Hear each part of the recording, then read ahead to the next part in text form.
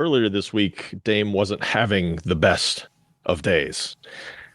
The reasons really aren't all that important, but let's just say I was happy that it was Krav night and I was going to get to go work out. So at Krav, working out, having fun, kind of hurting people. But 15 minutes into the workout, my phone rings and I know because I have my watch on and I think, well, based on who it is, I probably ought to go answer it. So I do.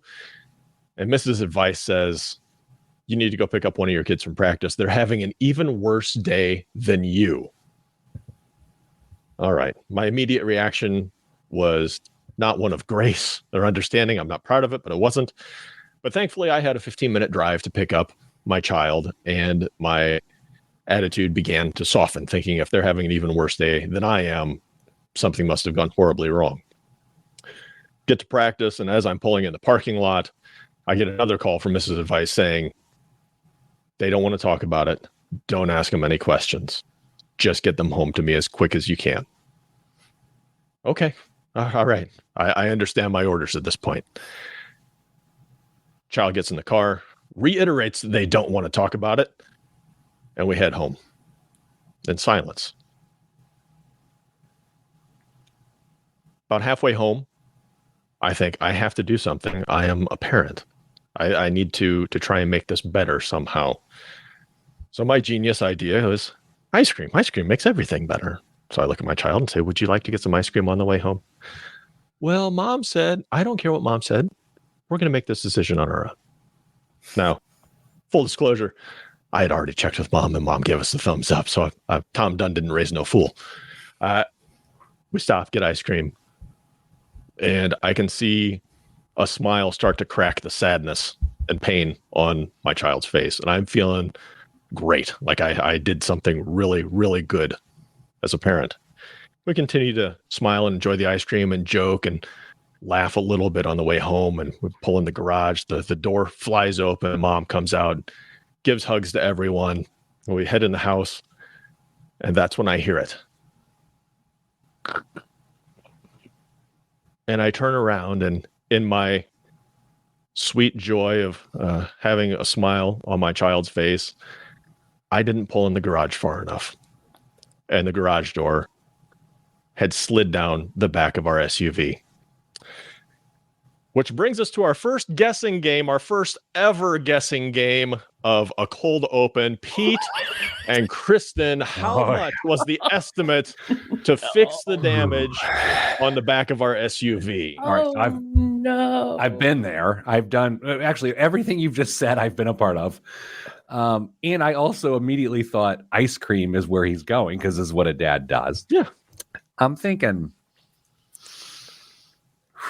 1,400, Kristen? On the newest vehicle that you're feeling? Yes. Oh my. Yes. I will say no body damage. It's all paint and a little bit of plastic scraping. Yeah, but it doesn't matter. It doesn't matter because like the back panels probably come all the way to the front, and like I'm gonna say $3,000. $2,400. $2,400 is the right answer for Damien's genius.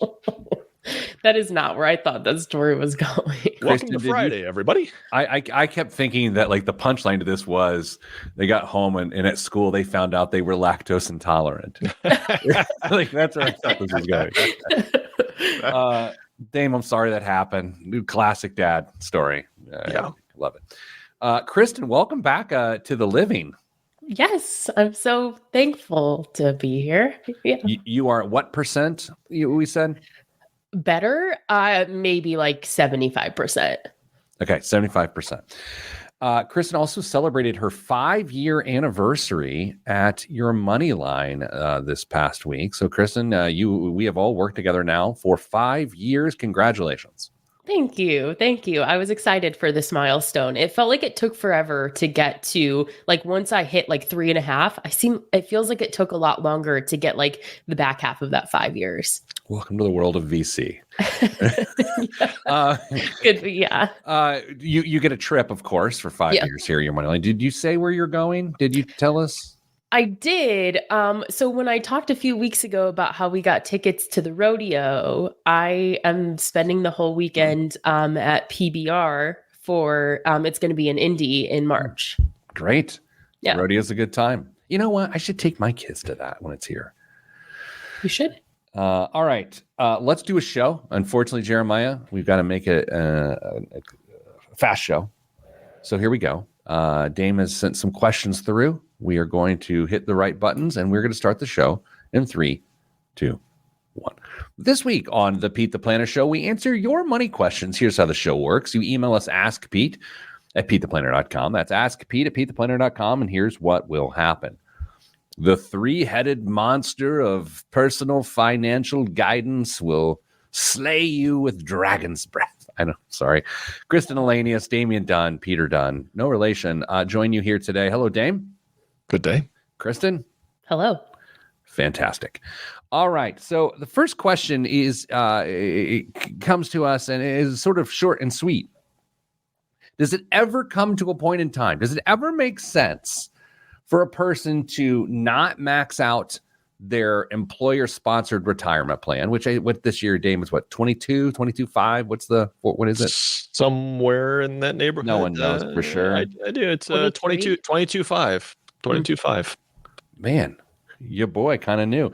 And instead contribute to a non-qualified account. So let's think about this for a second. The question is, stop short of the IRS max and take that money and then put it into a non-retirement account that does not have tax advantages per se.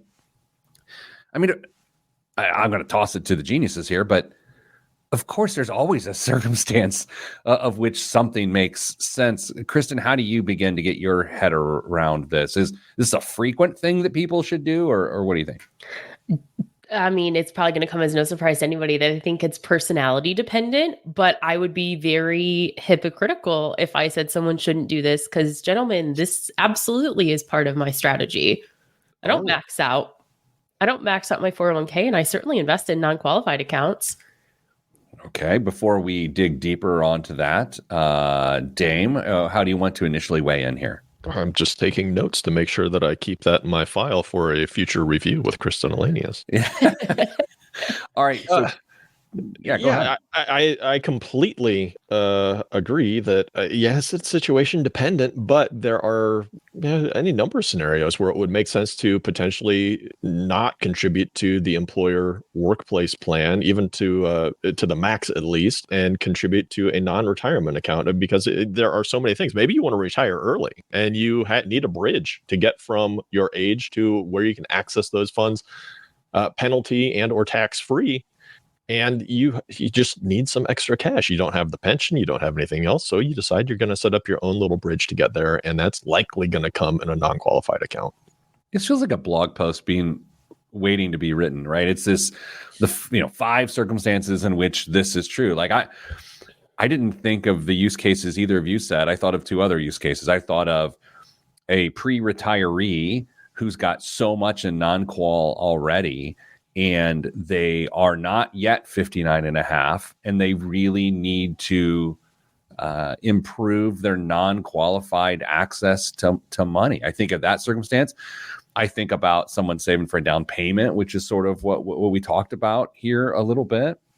And then I also thought of the circumstance of which that somehow the IRS max gets a person top heavy, and they don't really want to do that. They don't want to fund that much of their retirement. So it's funny, when we talked about this question in pre-production, I thought, well, I didn't really think through it, but there's a bazillion reasons why a person wouldn't do this.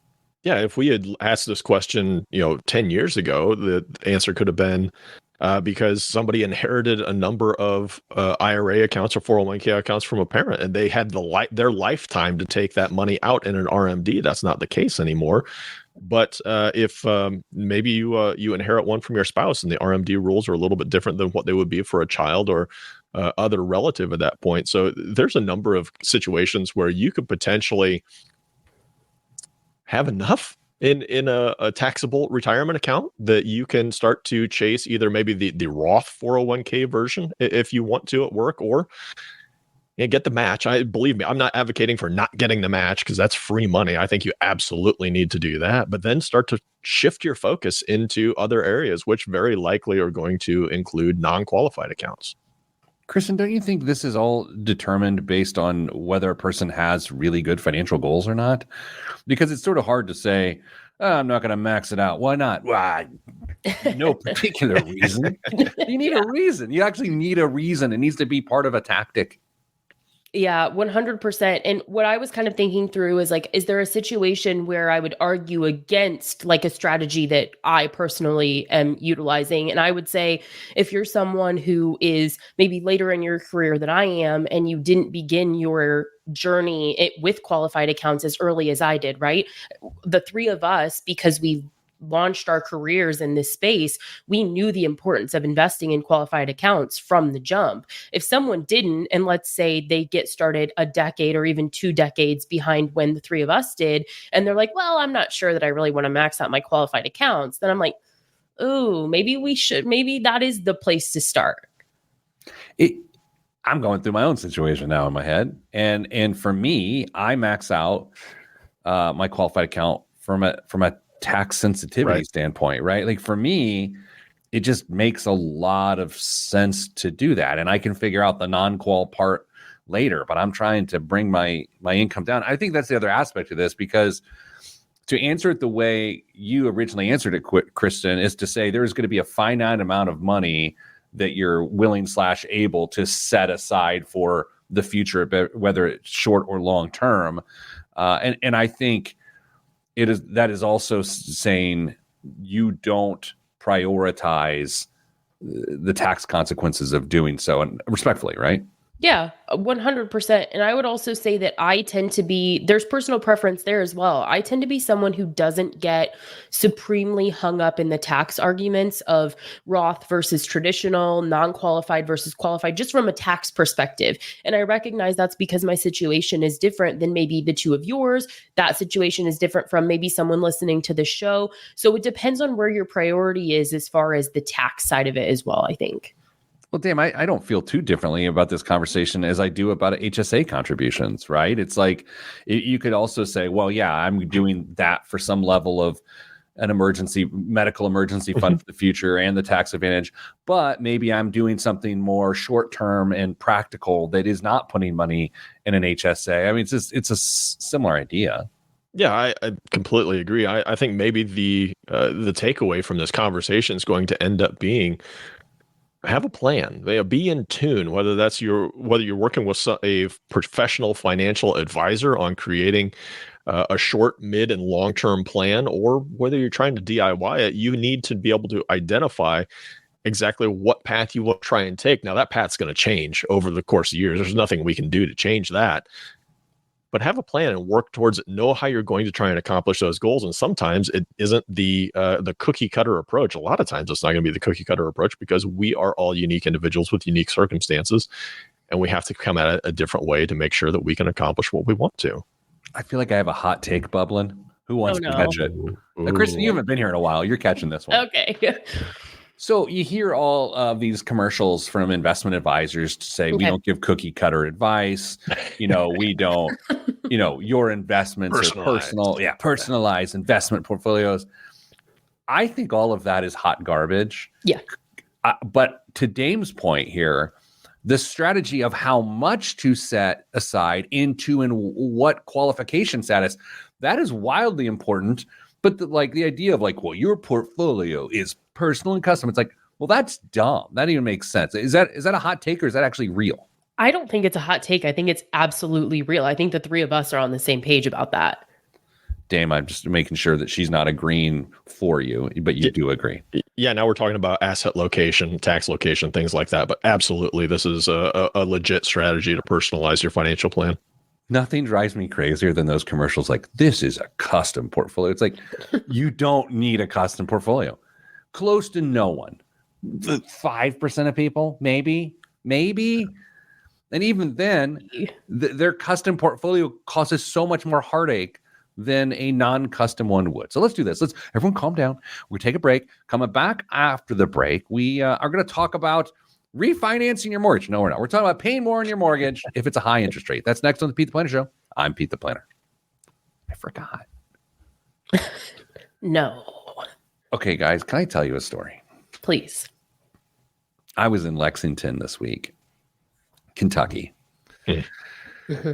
And there's two stories to be told. One of them I'm not going to tell on the air. And it's not that it's an inappropriate story I don't want to share. It's just like it kind of, I was able to procure several bottles of allocated bourbon. Like that's a story I'm not going to, no one cares. But it was, I got home. No one cares, yeah. I felt crossing state lines with that many bottles. I felt like I was committing some level of criminality. What those dumb boys go and do now? Oh man, Dukes of Hazzard. Yes, reference there. Yes. Anyway, so here's the story. It's sort of my favorite topic, and you're going to figure this out very quickly. Oh man, hold on. In the comments here, Todd is bringing up Tottenham. Todd from the top. Todd, this is not right. Todd is bringing up in the live chat right now that Tottenham, my club, my Spurs, have taken their lumps recently. They lost to West Ham yesterday. This is a soccer reference for those of you just playing along now. So I wake up Thursday morning early at my hotel. I'm at the city center in Lexington, downtown Lexington, and there's a Starbucks a hop, skip, and jump away. And I need some Go coffee. figure. Yeah, and I don't want a Keurig coffee that's in my room. Too many stories. So I go, and I'm barely awake. And so I'm standing in line at Starbucks, and there's this nice young woman in front of me in full fatigues, okay. Right? Military fatigues. She was in like the ROTC or something, and she was there. I don't know, by the way, maybe you don't call them full fatigues. I don't know. Never heard that. Game? Go ahead. Never fatigues, yes, but not full fatigues. Chris was BDUs. Was that the term that was British dermal units? Anyway. Yes. I don't know. So she's wearing camo. She's not going deer hunting. She's in the military. She's in front of me. She's got her boots laced up, and so she's standing there and she's putting in her order. And in my head, I'm saying to myself, as any reasonable human would say, I'm going to buy this woman's call. I'm just going to say, hey, thanks for your service. I got this, right? I assume either of you have done this or thought about it, or Sure. People do these things. Done this before. I'm going to do it in this moment. And so as I go to raise my hand to get the attention of the barista to say, I got it. Woman behind me in line says, I've got it. This woman stole my valor. Stolen valor. Valor. She stole my valor. And so I was so upset. So I was like, okay. And so that happened. The woman got back in line behind me, which is again overtly polite to then not put her order in. She was going to order twice. So then I get up to the counter, and the barista says to me, I put my order in, just a blonde rose. She goes, you know what? Thank you so much for your patience while that was happening. This one's on me. So she thanked me for my service. I stole valor back. I stole valor. And so I was like, what a way to start my day. And I immediately thought, man, it's my favorite topic, stolen valor. Have you ever been happier to not be wearing fashion camo when that was funny happening? You say that. So, You were not. no, I'm not, but I am today. So if you can see today, I do have some fashion camo on. But yes, I was very glad that I had no fashion camo on. Yeah. Which, I have to say, at this point, I've got at least 3 different pieces of fashion camo. I have some sneakers, I have a vest, and I have these pants. All together, you can't even see me. She couldn't even give me a free coffee because she'd be like, why is there foliage in the store? Yeah. Oh my. So many bottles of bourbon. I'm happy for you. I don't know. The thing was, I was hitting up my bourbon friends, which is a weird, dumb. I hate myself. And I was like procuring bottles. I was catching Venmos left and right. I'm like a black market bourbon dealer at this point. Pretty wild. Did you know that I'm going to be in the office on Tuesday? No, I thought I heard Kristen's going to be in the office on Tuesday. I'm going to be there too. Jeez. Well, I'll let you look at pictures of the bottles, Dave. All right, let's get back to the show.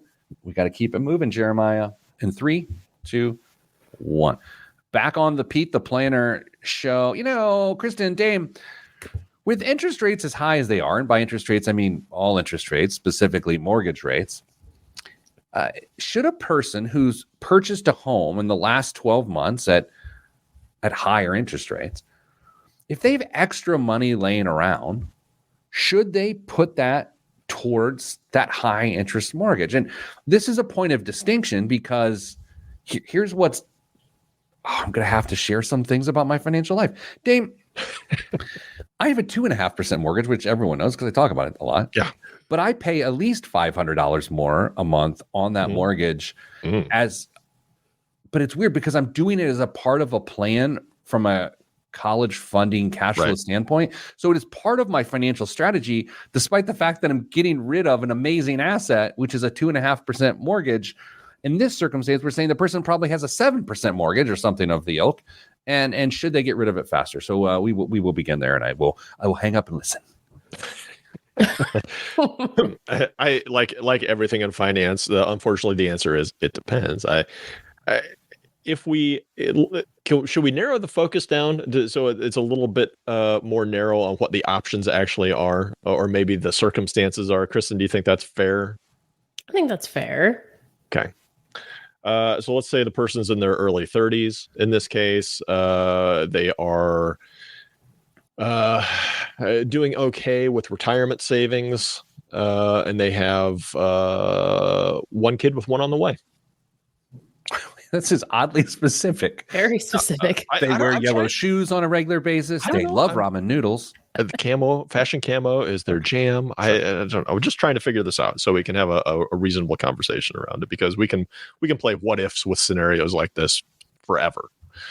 In this particular case, I think it really depends on what are their goals and what are their plans. How much are they planning on saving for education? How much do they have an emergency fund? Do they have any upcoming needs for the house? Are there going to be remodels or repairs, anything like that? I think we have to step back and say, okay, let's take a bigger picture look at this. Kristen, do you agree or disagree? I don't disagree. I think for me, the hang up is when we just say that like there's a flat sum of money and you're like, oh, well, I'll just allocate it to this. Okay, but what does that mean with respect to the mortgage? Does that turn your 30-year loan into a 25-year loan? Does that turn your 30-year loan into a 20-year loan? I would prefer for us to take it from the perspective of we have a goal for payoff.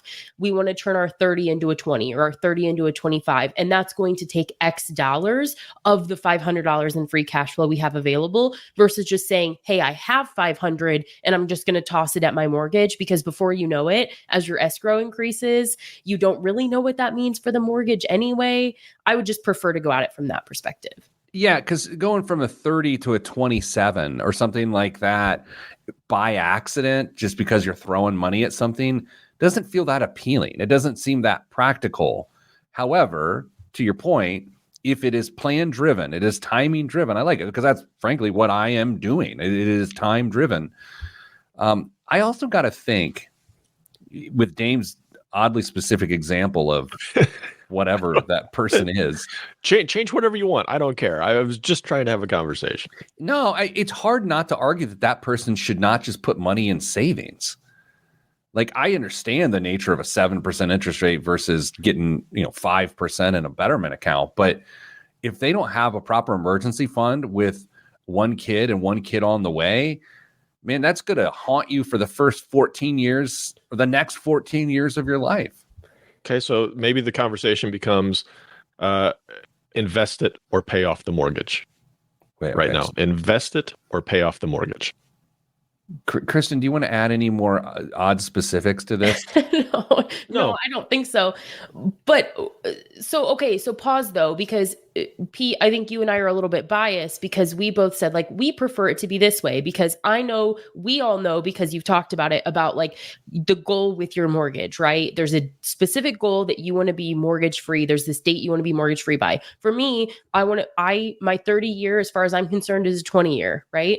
And you're like, I don't really see the appeal to just throwing some extra money at the mortgage. But part of this conversation actually arose because friend of the show, Caitlin, she just like tosses money at her mortgage when she has it available. And she finds that like supremely appealing. She looks at the amortization schedule, Pete, that she got when she first took out her mortgage. And she'll be like, look, I'm paid until July of 2026. Like she finds that to be really motivating. So I think it's about also, to be fair, what motivates us as people when it comes to our personal finances. Dane, what jumps out to me, and I know you have comments on this, thoughts on this too, but Dane, what jumps out to me here, and I'm curious if you share this.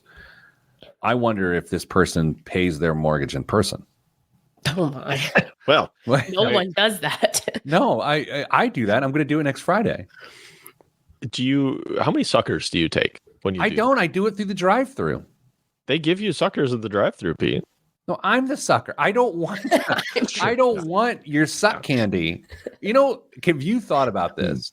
They had to choose a name for suckers at some point. Like someone's like, oh, okay, what do we call this? Oh, we suck on them. We call them suckers. Think of the names they rejected.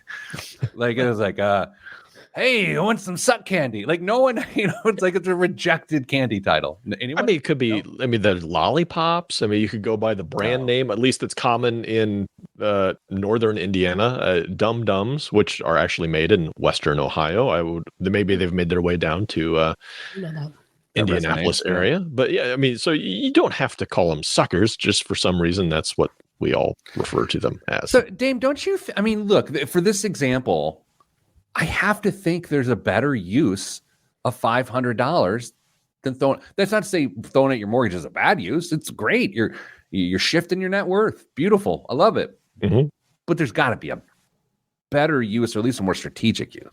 Man, I agree. I mean, don't get me wrong. The fact that you are doing something wise with your money, getting rid of debt, moving your net worth forward, all counts on the power percentage, right? I think you've got time, and if we're thinking long term, I think there's got to be something a little bit more strategic that could be done with it. Not that getting rid of your mortgage is a bad thing, but maybe there's a better answer. Can I ask a follow-up question, Christy? Of course. So it's sporadic. It's like a random. It's not like a set amount. Are you talking about Caitlin? Whatever. The person that's like paying 500 more could be Stephanie with an F.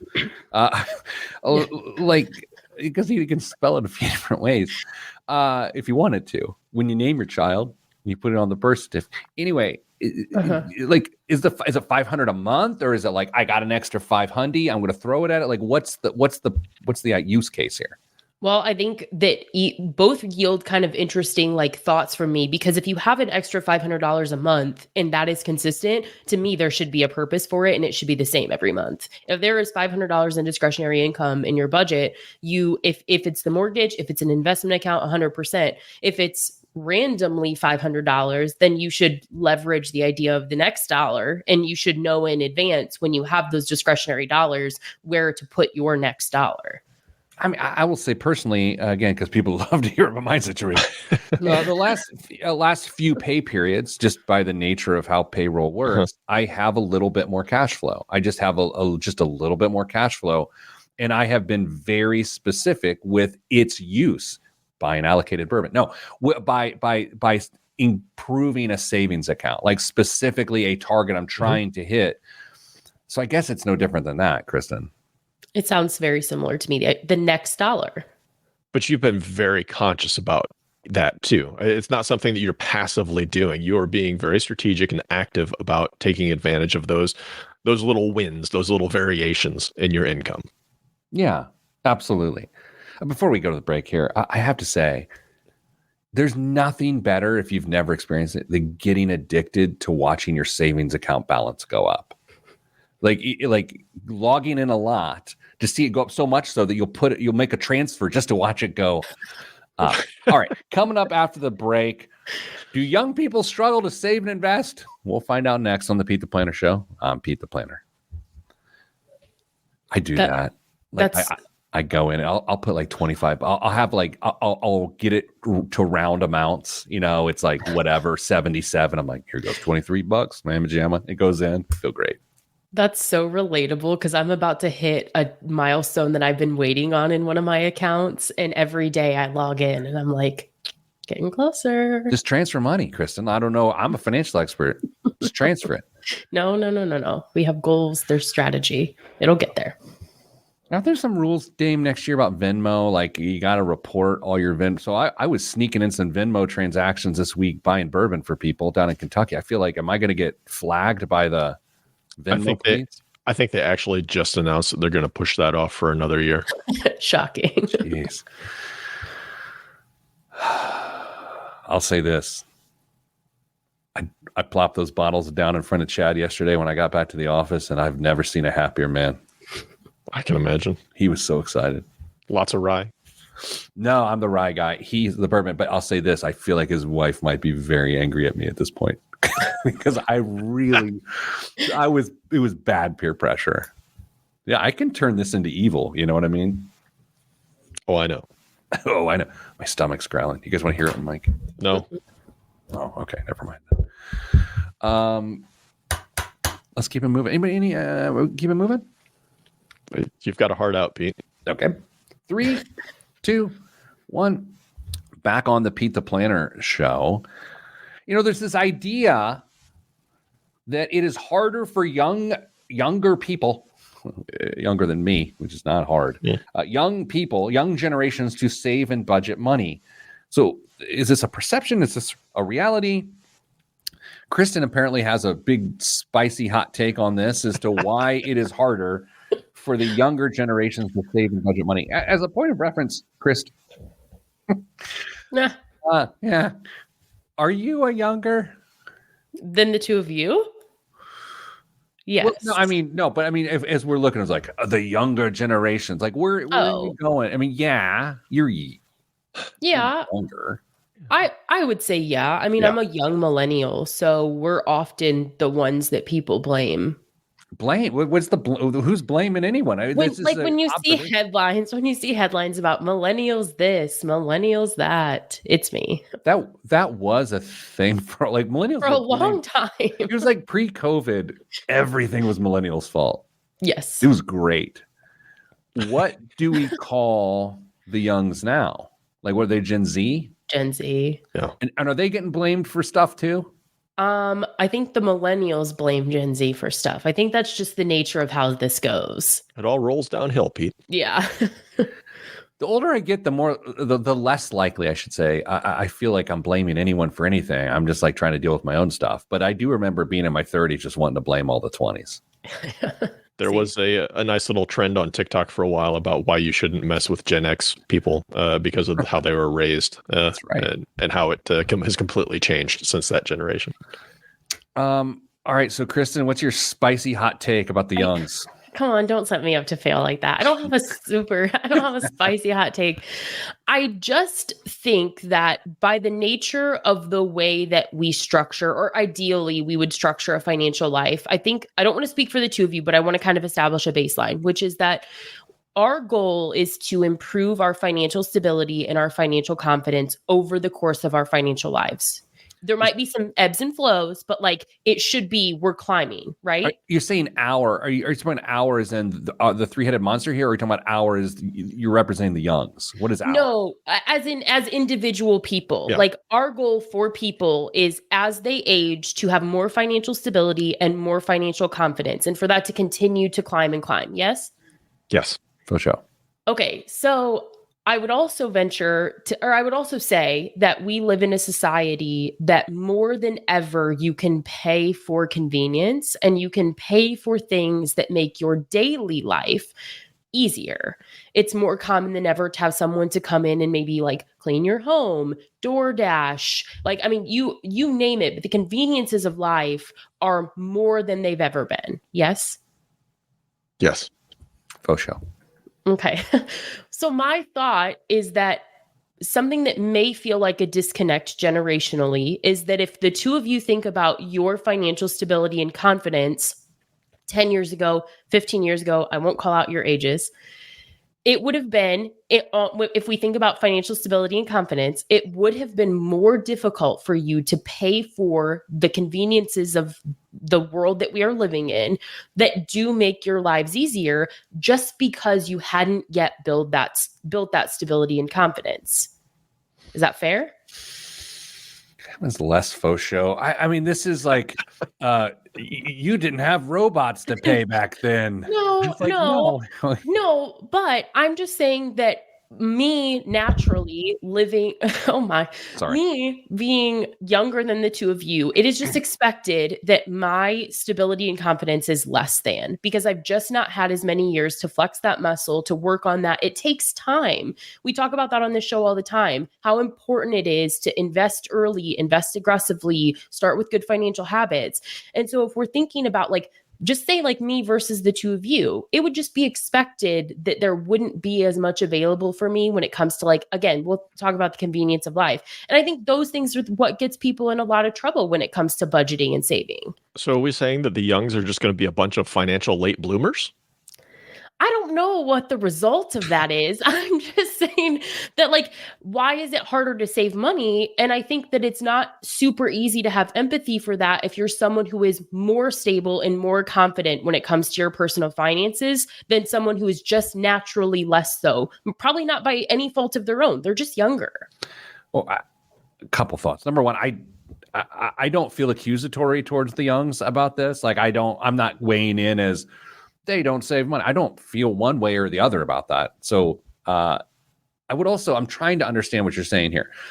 Are you saying that the youngs employ convenience more frequently than the olds?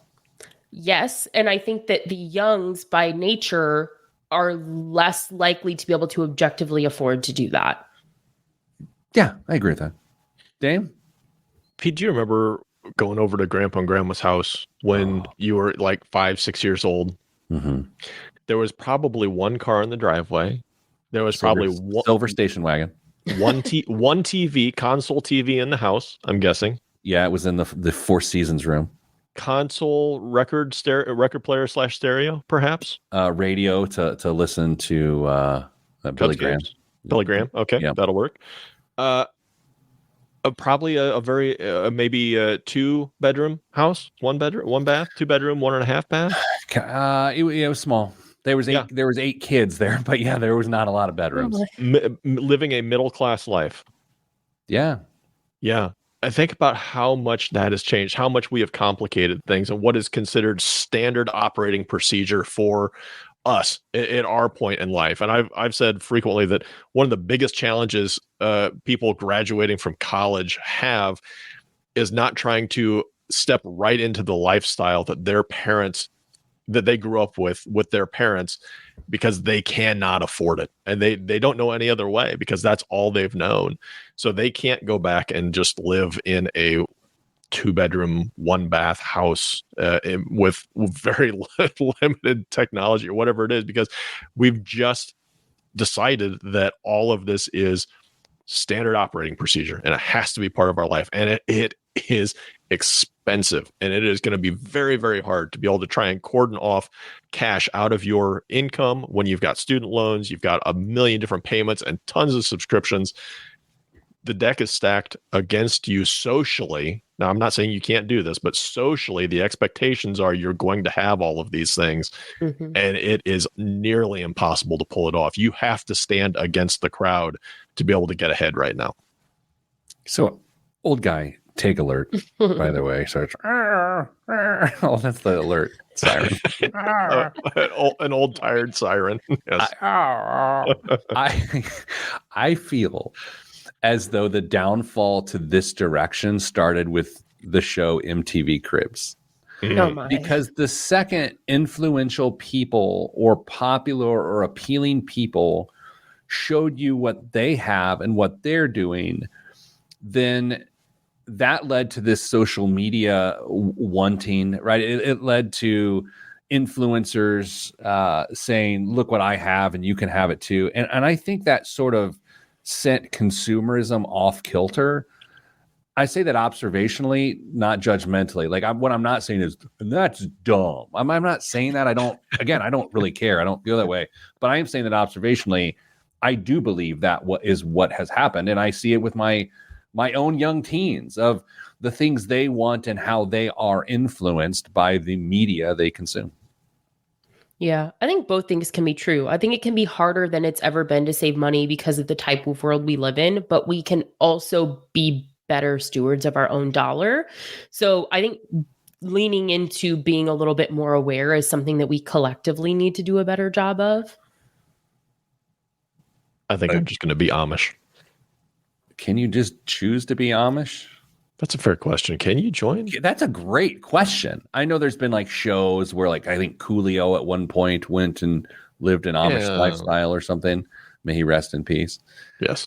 I don't know if that's something you choose. Anyway, let's do this. Let's everyone calm down. We're going to take a break. We're going to come back. Biggest waste of money of the week. Here's what we're going to find out. Did Kristen get bit by some spider that caused her illness, but as a side effect of that illness, she's now a good guesser at Blom? I don't know. I doubt it. We'll find out. That's next, right here on the Pete the Planner Show. I'm Pete the Planner. What if you're like good at this now? Could be. That would be a documentary in the works if that is actually what happens now. I appreciated Stacy being a bad guesser too. That made me happy. Yeah, she was a terrible guesser too. Yeah, she was. Love Stacy. Sorry, Stacey. You know, the TV thing was interesting, Dame. You're going to one TV and all that. I think I don't disagree with you, but I think a different perspective there is a couple things. Number one, as a 46-year-old with a couple I got a bazillion TVs in my house, right? Mm-hmm. I would argue that like one of the youngs that works with us, they probably have one, if no TVs. Oh, well, I mean, sample. You think Ellie has there. You think Ellie sample has size there? I mean, no, but I'm just saying. Yeah, I don't know. Hey, all the youngs that we work with that are listening to the show right now as part of your job requirements. No, I mean, if you're having hit us in Slack. How many TVs do you have in your house, the youngs? What? Kristen's got two. But I have a basement. Like I have an entertainment area in my basement, so that's why. What if she has a bigger TV than I do? Like that is true. I think if someone in Slack, one of our youngs, like hits us up and they're like, "Oh, I've got one." I'm like, "Oh, no, you're not young enough. I wasn't talking about you." It turns into an HR event really quick. I know it always does. There's no irony lost in the fact that I'm in front of HR departments for a living now. Caitlin coming over the top with 4. Did you live in a bar? Did you tell them what channel to put that into? Or no, I didn't. If you're watching, random Slack channel. Of course, it just could mean that they're working. No one's ignoring watching. us. Yeah, which is Jameson. What the heck's going on down in Texas? 9 TVs. I'm trying to think what we have. 2. Sounded very judgmental until he realized he had to count. 4, and one of them is in like the workout area, and so like we use 3. Oh, they're coming in. Oh, and they're also asking if they count as young. This is a backfire. That's all right. If you're listening, go ahead and put it in there. 3 is the popular answer right now. Yeah. Okay, let's move on. We gotta do some things. Plum, I gotta get ready for that, and then I gotta go. Sorry, Jeremiah. This week's biggest waste of money with the new beginnings. Easy. Okay, sorry. Yeah, so you haven't started. I was like, we have not started the segment. I know. It was a plant joke. It was a plant joke. Oh, yeah, that's right. New beginnings. Sorry, I forgot. New beginnings. That was funny. I know, except I had to explain the jokes, and my stand-up thing is it's happening. It's December 22nd. Mm-hmm. The bill continues to grow. Joey Molinaro, sort of social media impressionist, does a lot of sports impressions, has a lot of notoriety there, is on the bill. Some other folks. So tickets still available at Victory Field. The show starts at 8 p.m. December 22nd. I'm hosting.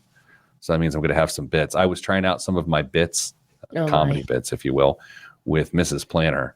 Oh, it doesn't seem like a great Bless idea. her. You'd think I would have learned over the What last are you doing? 20 some years.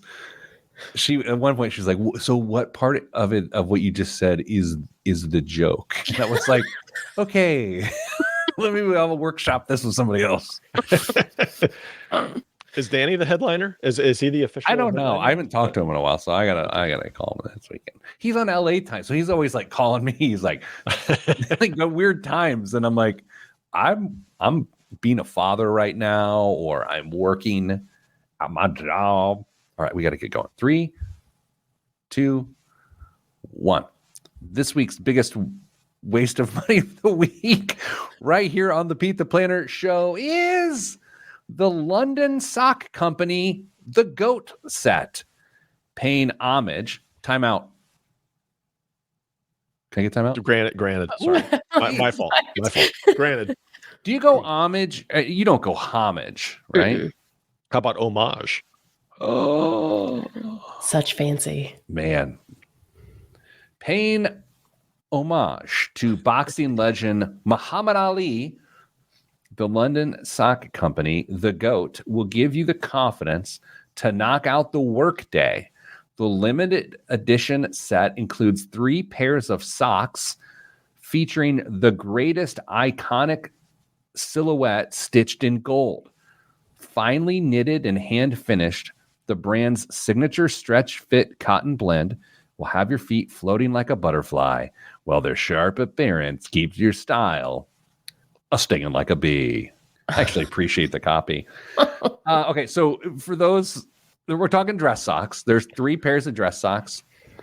They've got like the Muhammad Ali arms raised sort of silhouette thing. And I'm thinking to myself, I hope this is like officially licensed. I hope the estate of Muhammad Ali is getting part of this. But there are 3 pairs of dress socks that have Muhammad Ali stitched on the top of the dress sock. So, Kristen, how much do you think this costs? Anything more than $10 is too much for these, in my opinion. But I'm guessing, assuming they're licensed, that they are $65. Okay. Dame, how do you want to, you can say a different number. You can just take her number. What do you want to do? I'm really conflicted on multiple fronts now because I was going to say $70, and that's really close to what Kristen said, which means if we're both wrong wildly, it means I'm a horrible guesser this week.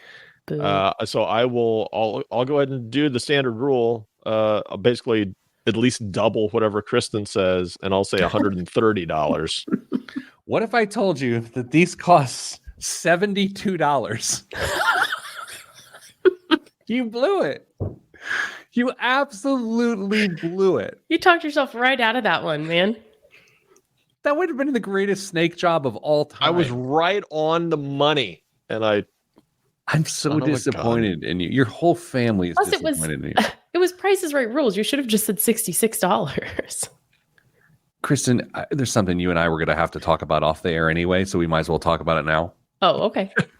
When Dane was telling his story during the cold open and he referred to Krav Maga as just Krav. Yes. Did that throw you for a second? It did for just a brief moment because I'm not a part of such an exclusive club. And I was like, wait, what? Sorry. And then I realized who was talking, and yeah, we're good. Is Krav an acceptable shortening of Krav Maga? Is in our group. I won't speak for the rest of the groups that meet, but it is in our group. How have your Krav Maga skills gotten? I mean, could you? We are on the radio right now. I forgot. So let me just ask this quick question, and then we'll go on to financial things. Like, are you better able to just bludgeon a person now? Like, where are you at in your journey? They're a little rusty. I'm basically on a treadmill at this point with that, but I need to start picking it back up and learning new ways to incapacitate people. I thought you were going to say, well, mess around and find out. I thought that's what you were going to say. I mean, I am going to be in office next week. We can give it a run if you want. Dame, what's in the news this week? CVS is overhauling how it prices prescription drugs. In an announcement, the company promised that its new model will be more transparent than the current setup, which prices drugs based on a complex reimbursement formula that can make the cost of prescriptions confusing for consumers. Go figure. The new model, called CVS Cost Vantage, so catchy, is based on a simple equation. Drugs will cost what CVS pays for them, plus a limited markup and a flat fee to cover the services of fulfilling the prescriptions. That's similar to a plan proposed by billionaire Mark Cuban, founder of Cost Plus Drugs, to bring accountability to drug pricing in the U.S. No word on when the new pricing will take effect. Kristen, do you know what CVS stands for? I don't know what CVS stands for. Dame? Convenience, value, and something. Am I close? Kind of. Consumer value store. Okay. What is your favorite drugstore? Rite Aid. Because of financially how well you've done with it? Correct, yeah. How about like the in-store experience? Oh. Walgreens. Dame? Walgreens. CVS. I don't like Walgreens. I mean, oh, wait. We love Walgreens here. So if you're considering financial wellness solutions, I don't. Listen, what else is in the news? You want a tax story? Yeah. No. Of course you want a tax story. In America, two things are certain: taxes and people going to court to pay less of them. The Supreme Court heard arguments this week in Moore versus U.S., one of the most important tax cases in recent history. And Pete, you know we keep track of all the important tax cases in U.S. history here. The lawsuit, which could cost the U.S. trillions of dollars in revenue, would invalidate big swaths of the current tax system and doom the possibility of a billionaire tax. And it all hinges on a couple suing the U.S. over $14,729. In 2018, due to changes to the tax law implemented that year, Charles and Kathleen Moore paid nearly $15,000 as a one-time repatriation tax on profits held overseas. And now the Moores are suing the federal government, claiming they didn't receive any profit from their investment and therefore can't be taxed. Two lower courts have ruled against them, however. Now the Supreme Court will decide the fate of the U.S. tax code as we know it based on what it exactly counts as income, specifically whether or not income has to be realized to be taxed under the 16th Amendment. While the Moores, I'm almost finished, hold on. While the Moores contend that the tax they paid was unconstitutional, a lot of longstanding basic business tax rules would get swept away if they triumph. So many, in fact, that the former Republican Speaker of the House, Paul Ryan, who helped write the 2017 tax law being challenged, said that if the Moores win, it would effectively eliminate 1/3 of the tax code.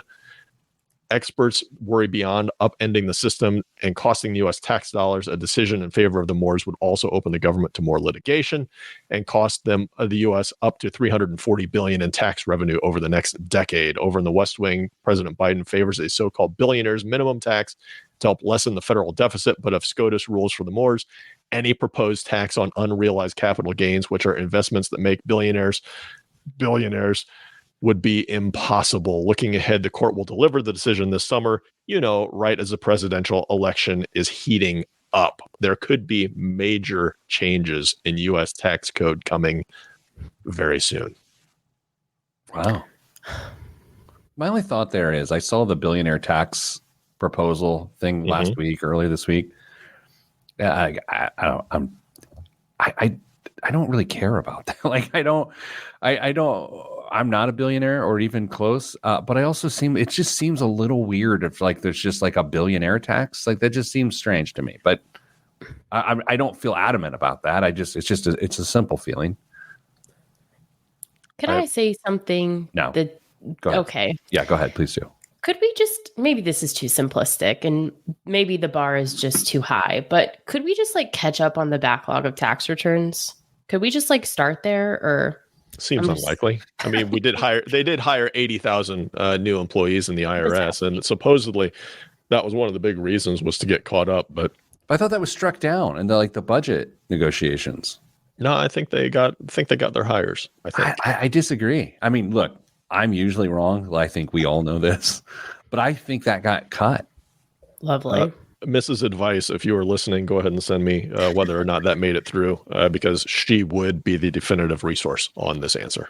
Sometimes when I feel bad about myself, like what I am and what I've become, which is often, I think about the fact that Mrs. Advice, your wife, listens to the show and it makes me feel better about myself.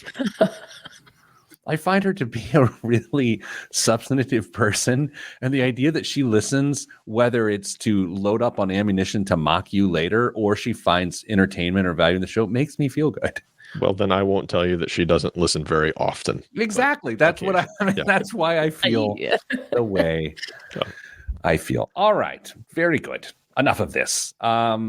Everyone, good luck with your lives. Oh, wait, that's it. Wait, that's a little macabre. That's very final. Thanks for listening. Seeing good vibes. Good vibes are all that's in the budget. I'm Pete the Planner. This is Pete the Planner Show. I am known to tell people good luck with your lives when I just simply say goodbye to them in real life. And it is jarring at first because it makes it seem as though it is a final saying. But it could be. That's the point. Hey, good luck with everything. It's practical. Yeah. You never know that last. Okay, here's the thing. I'm going to randomly die someday. It'll be great, right? So I'll be dead. Randomly? I mean, I don't know how. I'll be dead. Okay, so I'll be dead. Mrs. Planner might what? know how you're going to die. Sure. It's all in the plan. So I'll be dead, and someone will say, "Oh my God, what do you remember the last thing he said to you?" Good luck with your and like everyone in my life will be like, "Yeah, he said good luck with your life." Like, and it's like, what a legacy. Is that going to be on your tombstone? Good luck with your life. Good luck with your life.